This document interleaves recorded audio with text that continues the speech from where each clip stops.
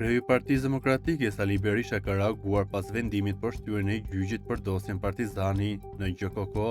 Në një postim në rrjetet sociale, Berisha e quajti gjyqin një piramidë mashtrimi, ndërsa shtoi se drejtësia politike nuk do mund të shpëtojë kurrë Edi Ramën nga fundi që e pret atë dhe pushtetin e tij, të ngritur sipas Sali Berishës mbi krimin, drogën dhe mjerimin e shqiptarëve.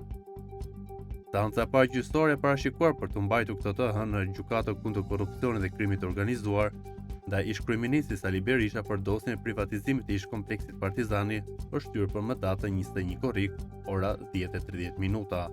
Berisha nuk u paraqit në seancë me argumentin se nuk ishte njoftuar, ndërsa mungu edhe biznesmeni Fatmir Bektashi.